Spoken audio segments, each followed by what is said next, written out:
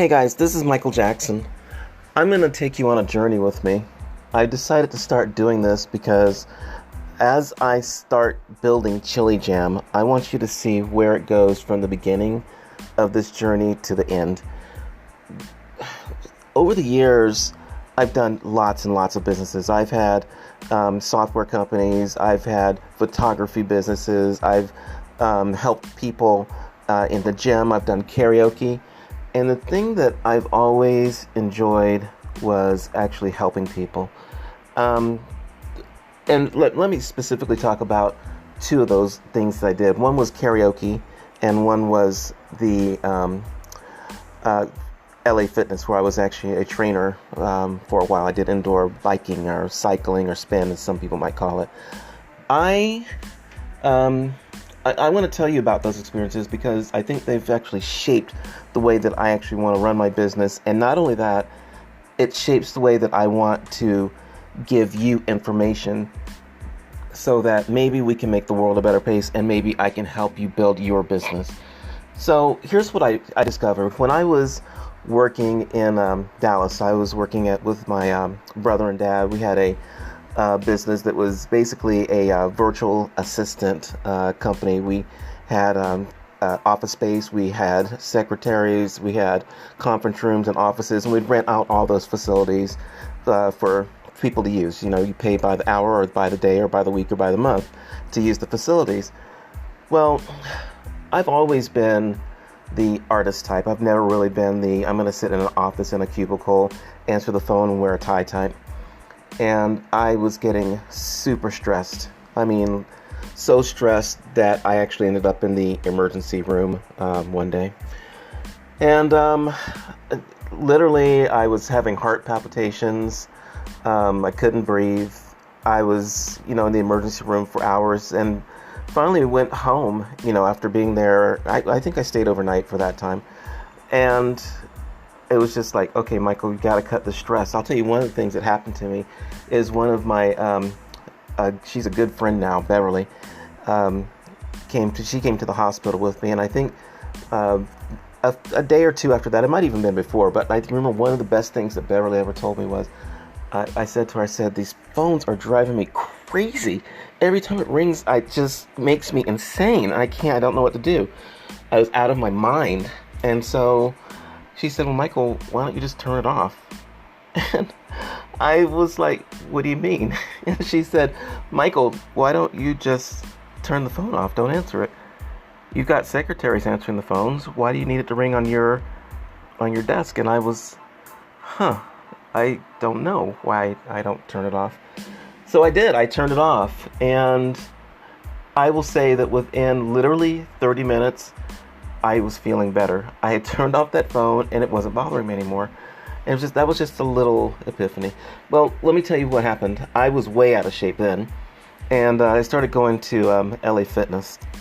And at LA Fitness, I was determined, I was way, way out of shape. And I wanted to lose some weight and be able to walk up, half a flight of stairs and not be out of breath. So I joined the spin class, which is indoor cycling for you guys that haven't been. It's probably, I'm going to just say it's one of the toughest classes in any gym. I want to say it's the toughest, but someone's going to argue with me about that. It's a very good class. I remember going in there, and Tyler was my instructor, and she showed me how to set up the bike, and I got on it, and I was like, literally by the time people got into the class and I had been, riding my bike for 2 or 3 minutes, I was out of breath and couldn't even start the class. So my goal was to actually make it through a class. I started doing the class every day, and I would go and I'd get on that bike and I'm just like pushing myself.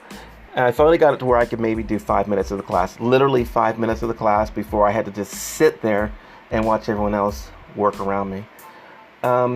It took me probably 6 to 8 weeks before I could make it through an entire hour-long class. And I remember as I was getting better and better at this, there was a part in the class where you had to stand up, and it's like you're climbing hills, right? And I could not stand up to do that whole thing under any circumstance. And the day that I actually stood up and was able to make it up that hill, I sat down and I teared up in the seat. I was just so overwhelmed that I had achieved that goal. So spin became my new thing. I loved it. I eventually moved from the second row in the class back to the fourth row, which was against the wall because I didn't want anyone just watching me. And I sat back there, and at the front of the class, I was sitting on the fourth row, and this guy, his name was Tracy, sitting on the first row. Dude was amazing. He looked like an Olympic biker, so I started copying him, and I was like, okay, I can do this, man. I liked the way he rocked back and forth when he got up. He just had this attitude about him. It's like, I want to be as cool as that dude. And we got to be friends, and eventually he asked me, hey, so do you want to do this thing with me where we go out and we're going to raise some money for the team in training for the Lymphoma Society? And I was like, okay, sure, but I don't have a bike. He said, don't worry about it. We'll figure a way to get you a bike. And so, long story short, and I'll go into this in greater detail one of these days, I went out and trained with them. I had at first it was just a rented bike that, they had extra bikes, and somehow I got a rented bike, and I was able to ride with them on the weekends. And eventually my folks were like, wow, Michael's pretty serious about this. They actually helped me get a bike. They got me a bike. I'm sorry. They did not help me get a bike. They got me a bike. And I went out, raised money, and did my first 100-mile, it's called a Century bike ride at Lake Tahoe. I had only ridden literally on the street for, I'm going to say, 5 or 6 times had I gone out with the entire, team that I was part of and ridden 20 or 30 miles with them, which was quite a feat. Now, this was 100 miles I was going to ride in Tahoe, and all of my training had been indoors. And I say this because your training is mental. It is in your head, and you have to believe that you can do it. I would literally sit in the spin class, and after class, I would put on my headphones, and I'm just picturing the ride. That me riding, I'd get up and I'd ride on hills, and I'd be playing some crazy beats, and I'd be playing some rap music, and so I'd be playing some rock music, and I just think like, living on a prayer, and I'm riding and I'm climbing the hills, and it's, oh, living on a prayer. By the way, it ties into karaoke too, which I'll tell you at another time. So I went to Tahoe. Let me tell you, it was not easy. At mile 60, I'm like, okay, I'm like done. Where's that truck to come pick me up?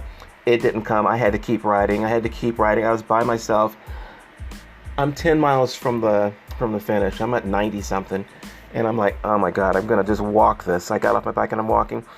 Another one of my coaches came up to me and says, Michael, you can do this. You only got 10 miles to go. I made it, and it took me forever to make it across that line, but I made it. My whole point about this is I went from being overweight, being in the hospital, thinking that I was stressed by my life and not able to do anything about it. When I got back to the gym, everyone gave me a round of applause because I had made it.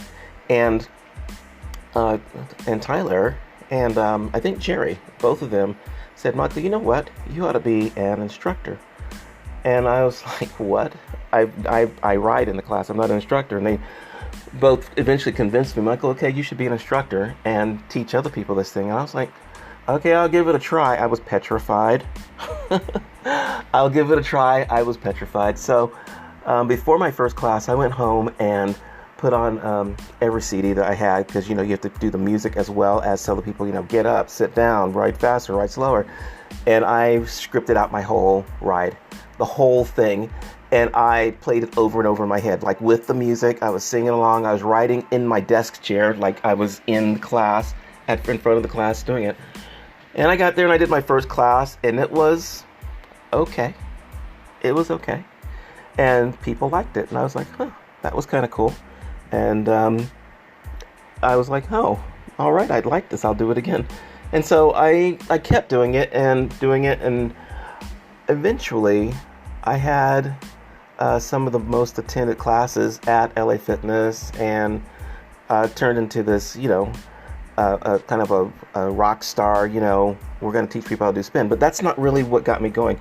What got me going was the fact that there were people who'd come into class, and I loved the overweight people coming into class that said, I can't do this. And those were my favorite people ever to work with, because they said, Michael, I don't know if I can do this. And I would tell them my story. I said, I was in the hospital. I came here, couldn't ride for 3 minutes just before the warm-up. I couldn't even make it through the warm-up before class to make it into class.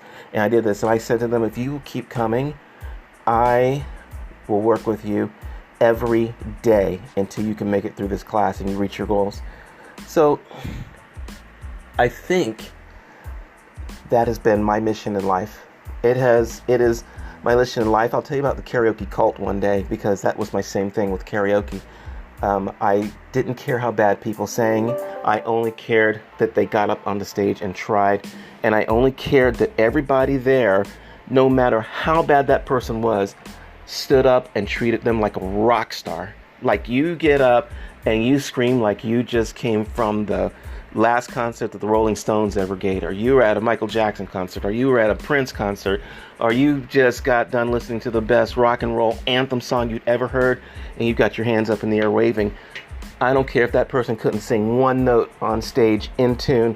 It was never about the singing. It was all about the love. I'm going to show you guys video of that one day on my YouTube channel. But for right now, I just want you to know that the reason I am doing the business I am in right now is, I want to make money. I want to learn how to make beautiful funnels. The whole theme of my company right now, of Chili Jam, I took it from my karaoke days, was it's not about the singing, it's all about the love. I want to help people get past their disbelief and believe that they can do it. And I think I'm going to do that by actually building this whole company in front of you. So it's not like I am famous or anybody right now. I am just, Michael Jackson. That's interesting. And I'm starting at the beginning. I want to teach you how to become, let's say, internet famous, and mostly, locally famous. Because, I learned this from, I used to watch videos on the internet all the time. But you know what? There's no use trying to be internationally famous if you're not doing something right in your own neighborhood. So why don't we start with, you're in your neighborhood, you're learning how to do X, Y, and Z, you're helping other people, and because you're helping other people, you're building up, your business, you're building up their business, you're building up your community, and everybody's getting better. I'm going to take you on my journey, and every day, I'm hoping it's going to be every day, I'm going to try it every day. I'm going to take you through what I'm doing to build this. And if you have questions about your business and you go, you know what, Michael, I kind of resonate with that, I want you to get in touch with me. You can call me, you can send me an email, you can leave a message on my website, however you want to get in touch with me, and I'll answer you, and we can talk, and maybe I can help you. I believe in helping people, and it's what I want to do with this company. So this is my first podcast on this subject. I did one earlier on my photography. We're going to talk about photography. We're going to talk about music. We're going to talk about programming. We're going to talk about funnels. We're going to talk about internet marketing. We're going to talk about doing things offline, like press kits. We're going to talk about how to do interviews. All that stuff to help you build your audience, build your business, get your product out there, your service out there, your message to the people that need to hear it. And you're going to become internet famous. You're going to help other people. And hopefully you feel good by helping them, and they feel good because they work with you. Okay, that's it. This is Michael. And I'm supposed to do this again tomorrow. I told myself I can do it every day for, we're starting with a year. Even if it's 5 or 10, 15, 20 seconds or a minute, I'm going to try and throw some value out there for you every day. Okay? Talk to you soon. Bye-bye.